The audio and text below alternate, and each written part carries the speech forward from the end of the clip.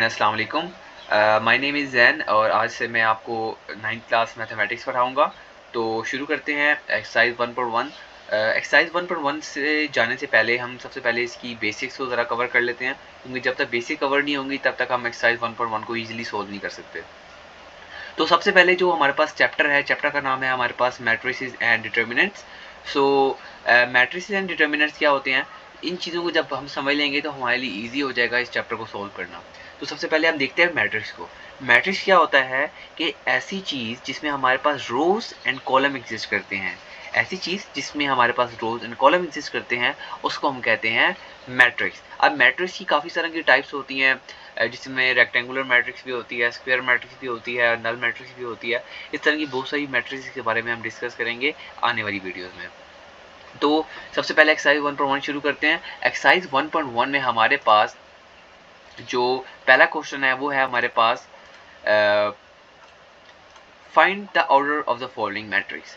अब ऑर्डर क्या होता है, मैट्रिक्स के बारे में तो हम ऑलरेडी डिस्कस करके आ चुके हैं कि मैट्रिक्स ऐसी चीज़ जिसमें हमारे पास रोज एंड कॉलम होती हैं, और देन हमारे पास ऑर्डर क्या होता है, ऑर्डर हमें बताता है इसकी टोटल काउंट क्या है। मतलब कि हमारे पास एक मैट्रिक्स के अंदर नंबर ऑफ रोज कितनी है और नंबर ऑफ कॉलम कितनी है। तो हम इस अब हम सबसे पहले हमें ये तो समझ आ गई कि ऑर्डर क्या होता है, जिसमें हमारे पास टोटल नंबर ऑफ रोज कितनी होती हैं और टोटल नंबर ऑफ कॉलम्स क्या होती हैं। इसको एक हम ऑर्गेनाइज वे के अंदर लिख देते हैं। लेकिन हमें ये भी पता होना चाहिए कि रो क्या होता है और कॉलम क्या होता है। तो रो मैं आपको बता देता हूँ, रो हमारे पास एक हॉरिजॉन्टल लाइन को कहते हैं। किसे कहते हैं? हॉरिजॉन्टल लाइन को कहते हैं। और कॉलम हम किसे कहते हैं? कॉलम हम कहते हैं एक वर्टिकल लाइन को कहते हैं। ठीक है, तो इस मैट्रिक्स के अंदर हम देखते हैं कितनी नंबर ऑफ रोज हैं।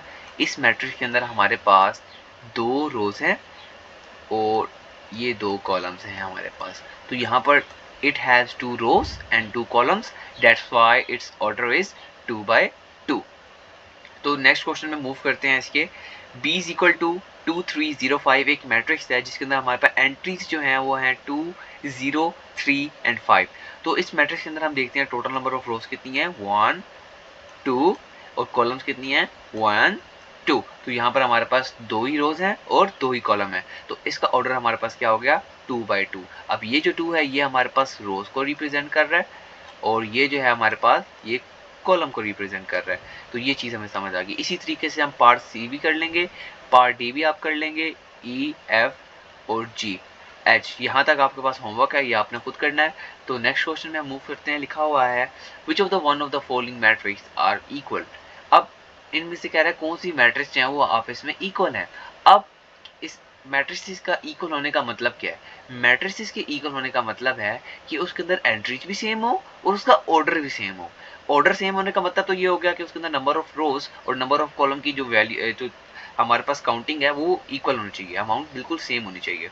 और उसके अंदर जो एंट्रीज भी हैं, एंट्रीज और वो भी बिल्कुल क्या होनी चाहिए, एग्जैक्ट होनी चाहिए। जैसा कि हम देखते हैं ए पार्ट को, ए के अंदर हमारे पास लिखा हुआ है 3। इसका जो हमारे पास ऑर्डर बनता है वो बनता है 1/1, इस क्योंकि इसके अंदर हमारे पास एक रो है और एक ही कॉलम है। तो अब और वैल्यू हमारे पास क्या है जस्ट 3। तो अब हम इन सारों में से बाकियों में से इसको ढूंढेंगे, सर्च करेंगे कि कौन सी ऐसी मैट्रिक्स है जिसका हमारे पास ऑर्डर भी 1/1 है और उसके अंदर एंट्री भी हमारे पास क्या है 3।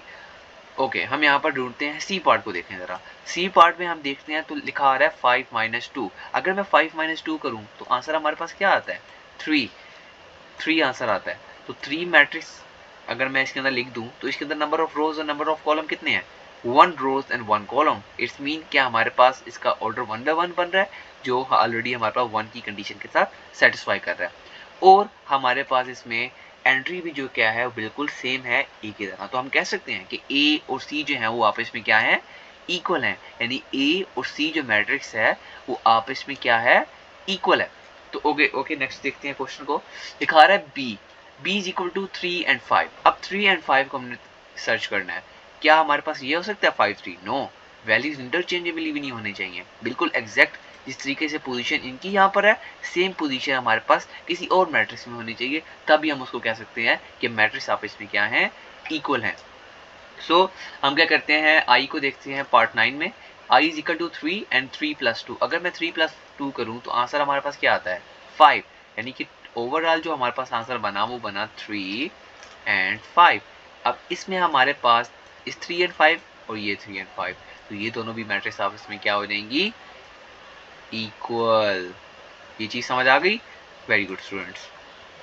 ओके, नेक्स्ट पार्ट मूव करते हैं, उसके बाद बाकी जो पार्ट होंगे वो मैं आपको होमवर्क दे दूंगा। सो पार्ट ई को आप ज़रा देखें, तो गौर से देखें और इसको सर्च करने की कोशिश करें।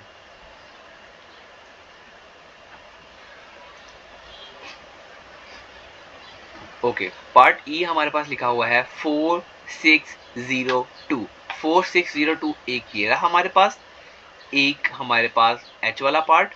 और अब ज़रा इस पार्ट को देखिएगा, 2 + 2 हो गया हमारे पास 4, 2 + 4 हमारे पास हो गया 6, 2 - 2 हो गया हमारे पास 0 एंड 2 + 0 हो गया हमारे पास 2। तो इसकी भी जो फाइनल आउटपुट बनेगी वो हमारे पास क्या बनेगी, वो हमारे पास बनेगी सेम एच की तरह और ई की तरह। तो हम कह सकते हैं कि ई, एच और जे जो है वो आपस में क्या है, इक्वल मैट्रिक्सेस हैं। तो यहाँ पर देखें, H is equal to order of J. ठीक है, ये चीज़ आपको समझ आ गई है। ओके, नेक्स्ट हमारे पास जो क्वेश्चन है वो इंशाल्लाह हम करेंगे नेक्स्ट वीडियो के अंदर। फिलहाल के लिए अल्लाह हाफिज़, thank you so much, bye bye.